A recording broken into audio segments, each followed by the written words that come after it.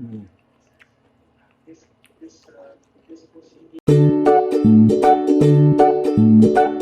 Kain. Sarap ng feeling. Ano to?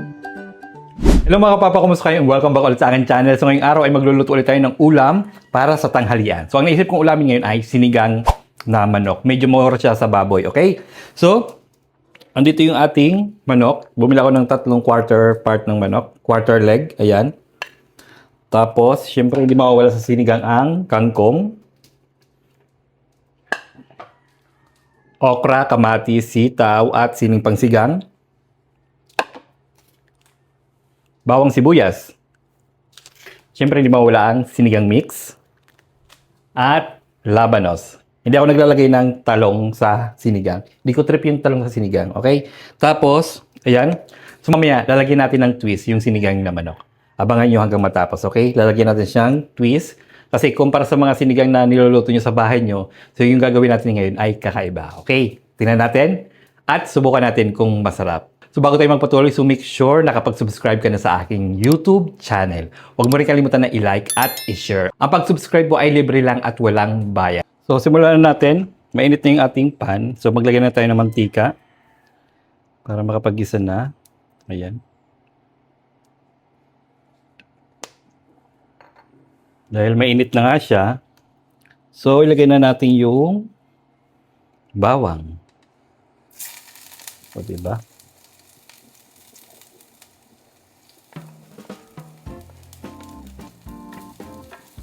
Ilagay natin. Ayan. Yung bango ng bawang. Ayan. Yung mga bata pa tayo, bahong-baho tayo sa bawang. No? Hindi natin kinakain. Tapos ngayong medyo may mga edad na o yung mga marunong na magluto, bangong-bango na tayo sa bawang, sa amoy ng bawang, sa amoy ng sibuyas. Lagyan na natin yung sibuyas. Ayan. Hintayin lang natin maluto yung sibuyas bago natin ilagay yung manok.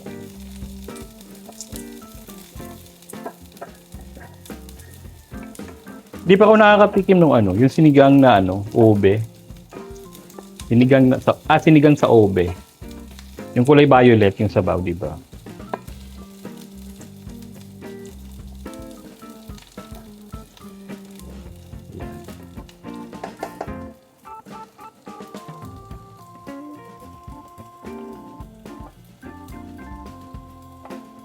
Ilagay na natin yung kamatis. Yan. Pag nagsisigang kayo, damihan nyo ng kamatis. Damihan nyo ng kamatis. Kasi yung kamatis, matamis siya, tumatamis pag marami. Ayan.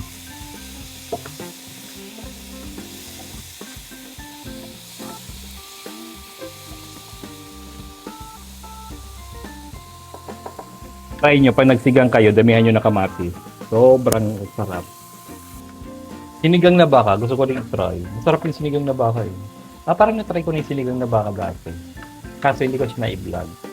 So, sinubukan ko lang naman. Next time, try natin. Medyo mahal kasi yung baka eh. Saka, wala tayong pressure cooker. Yan, lagay na natin yung manok. Ayan. Madami din pala itong Madami din pala itong manok nito. Pinagayat ko kasi sa 3 gayat eh. Dumami. May 9 na peraso. Ayan.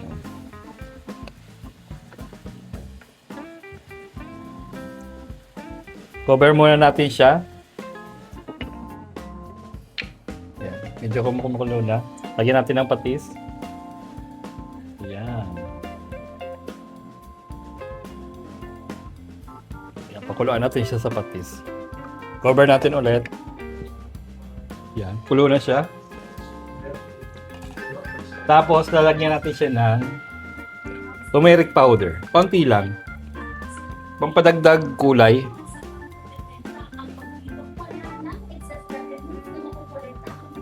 Ayan.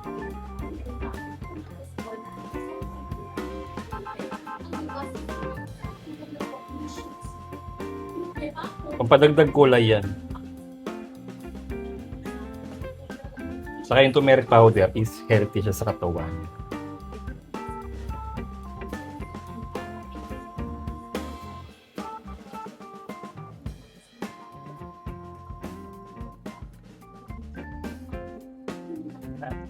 Lagyan na natin yung tubig.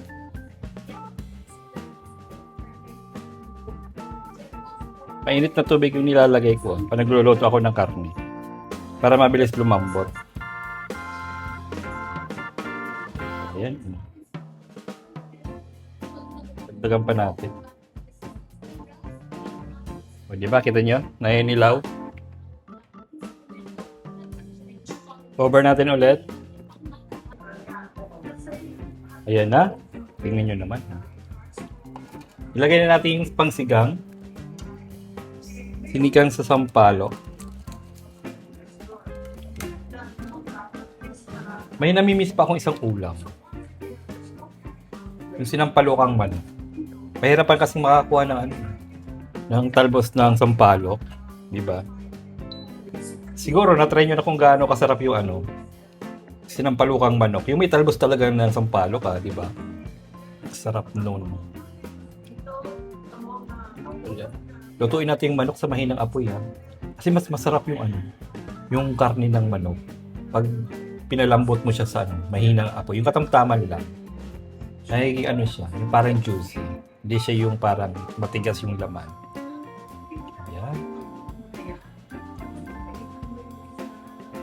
Mayan na natin siya titikman. Hintayin mo muna natin siyang kumapit yung flavor sa loob ng manok.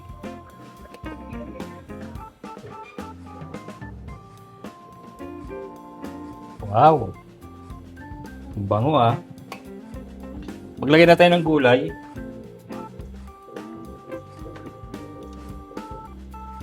Lagay natin una yung okra kasi matigas yung okra.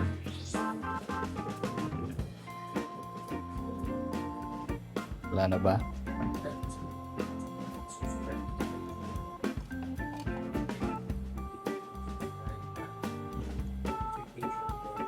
Naglalangis yung sinigang natin.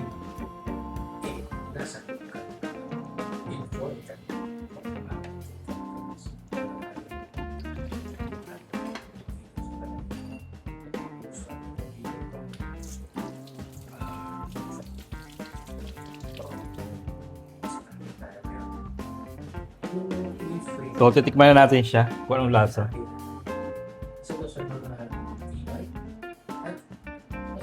Ito.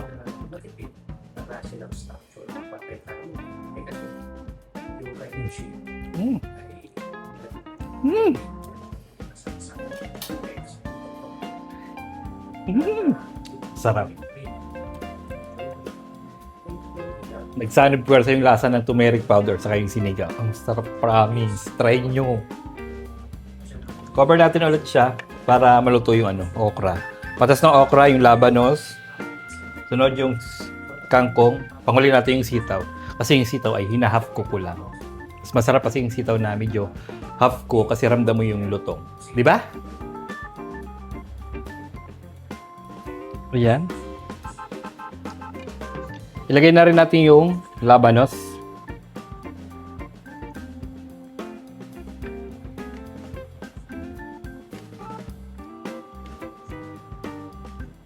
Ayan. Sarap tong labanos na ito.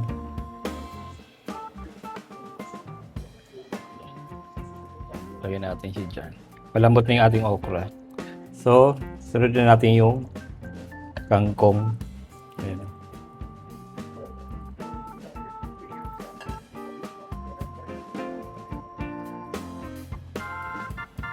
Mas masarap sa sinigang yung maraming kangkong. May ilig ako sa kangkong. Ayan. O, diba, apaw.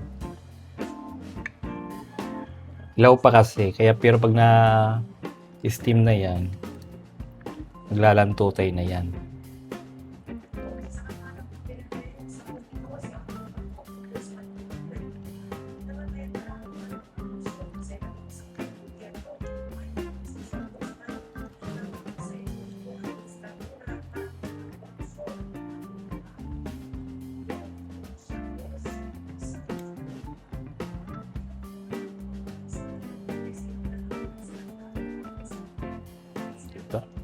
Takpan natin para ma-steam agad. Open na natin. Yan. Ito yung kangkong. Luto na. So, ilagay na natin itong sitaw. Ilagay na natin yung sitaw. Ayan. More gulay. More syrup. Yan.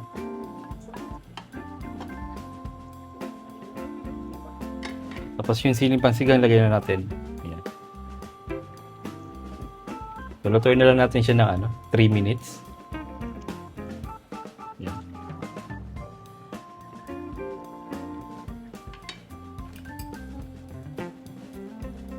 Labog natin konti. Tapos na natin yung mga laman-laman. Di ba? Sobrang lambot ng manok. So,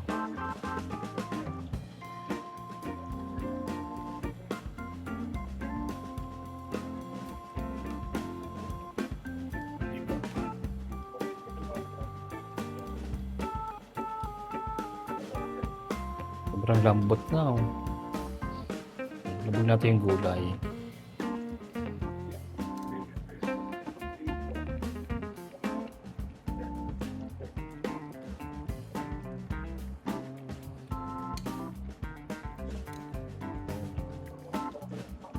Yan. Overcook na yun. Sobrang lambot.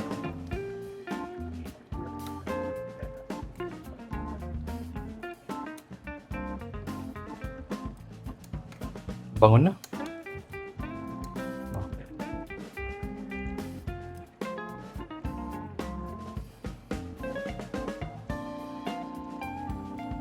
Ayan na. Ayan ang ating sinigang na manok na may turmeric powder. Sarap niyan, guys. Kita nyo. Ito yung masarap na luto ng manok. Yung overcooked ng laman. Hindi siya matigas. Ayan, naluto na ating sinigang. Kakain na tayo. Ayan. Titikman natin. Ayan, patayin na natin siya. Luto na. So, titikman na natin kung gaano nga ba kasarap itong sinigang natin na manok na may turmeric powder. Okay? Patay bigas, akanin. Sandok na tayo. So, try natin. Ayan. Sa konti lang kanin. Kasi di ba kanina habang nagluluto ako, nakain ako ng almusal.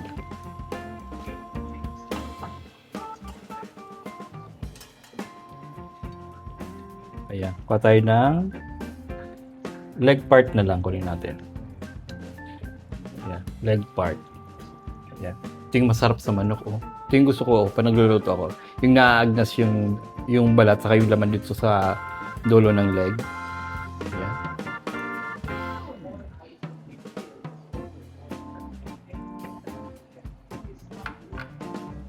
Gulay.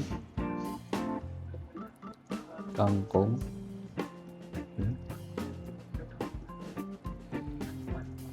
Labanos.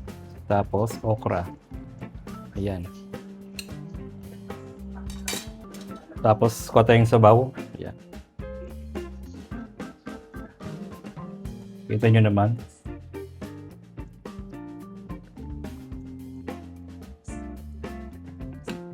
Ito na natin ilagay yung chicken. Diba? Ayan na. The final round. Tikiman na tayo. Yan. Medyo mainit.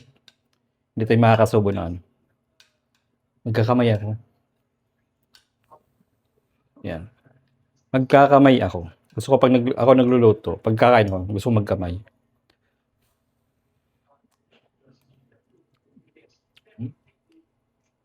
Sarap niya. Sarap nito may may sausawan kang may sausawan na patis na may sili. Mamaya natin gagawin niya. Gawang titikman lang naman natin to. Ayan.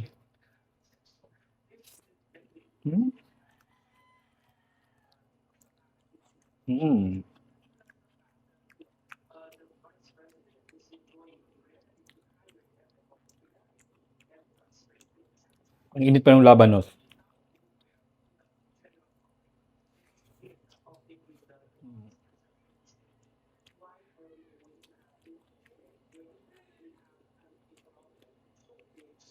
Anong to? Mm.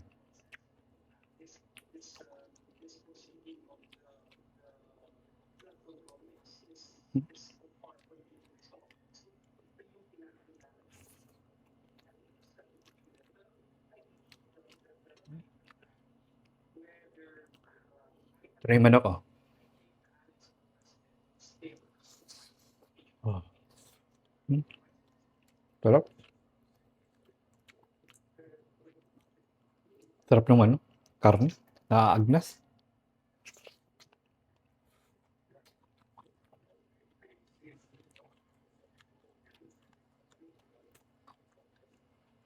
Mm. Medyo mainit pa kasi yung kanin.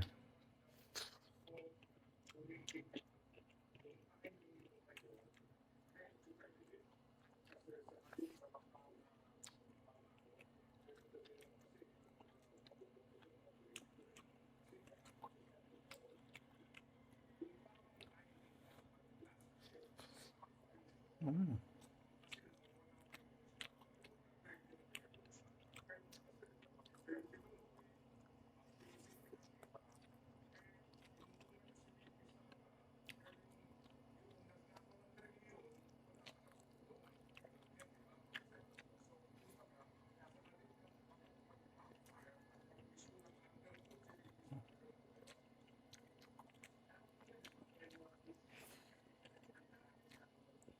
Sarap.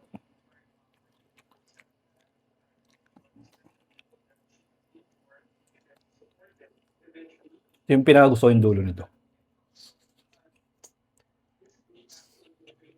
Mm.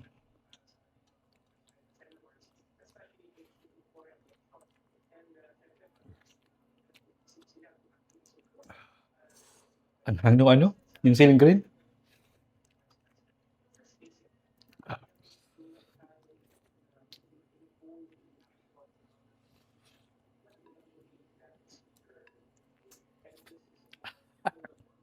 So hanggang dito lang mga kapapa ko, gusto niyo yung ulam natin ngayong tanghalian. So huwag niyo kalimutan i-like, i-share ang video na ito. At syempre huwag niyo kalimutan mag-subscribe. Thank you for watching.